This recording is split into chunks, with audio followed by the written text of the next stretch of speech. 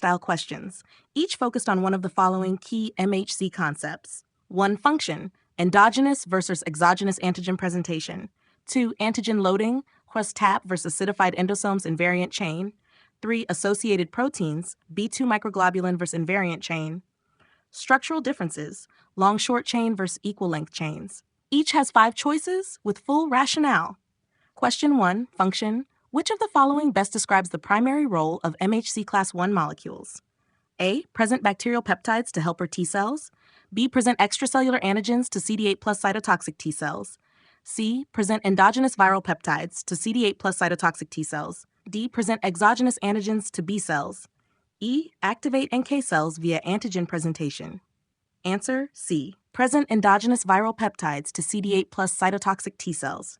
Explanation. MHC class I presents intracellular endogenous antigens, like viral proteins made within the cell, to CD8 plus T cells. Why others are wrong. A. CD4 plus T cells MHC2. B. CD8 plus T cells recognize MHC1, but only endogenous, not extracellular antigens. D. B cells bind antigen directly, not via MHC. NK cells are inhibited by presence of MHC1, not activated by antigen presentation. Question 2. Antigen loading. Where and how are peptides loaded onto MHC class I molecules? A. In the Golgi after fusion with endosomes. B. In the cytoplasm using lysosomal enzymes. C. In acidified phagosomes with invariant chain assistance. D. In the rough endoplasmic reticulum via TAP transporters. E. On the cell surface after exocytosis. Answer.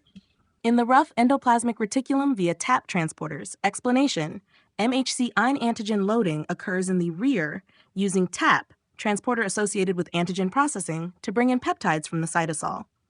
Why others are wrong. A. Confused with secretory pathways.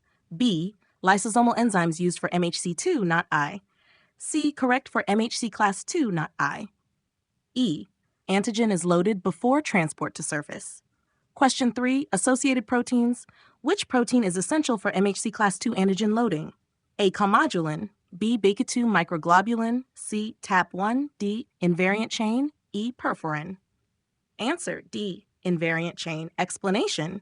The invariant chain binds to MHC2 in the ER, blocking premature peptide binding, and guides the molecule to the acidified endosome where it's degraded, allowing exogenous peptide loading.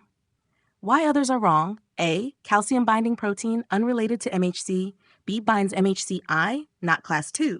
C. TAP MHC1 peptide loading. E. Perforin used by CD8 plus cells, not involved in antigen loading. Question 4. Structure. Which of the following accurately describes MHC class II structure?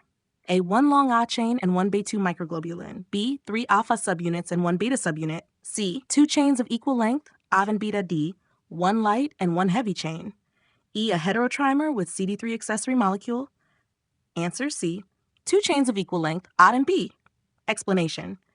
MHC class II equals 1 Ha chain plus 1 beta chain, both equal in size, forming the peptide binding groove between AF1 and BEPA1. Why others are wrong. A. That's MHC ein, A chain Beta-2 microglobulin. B. Incorrect structural count D.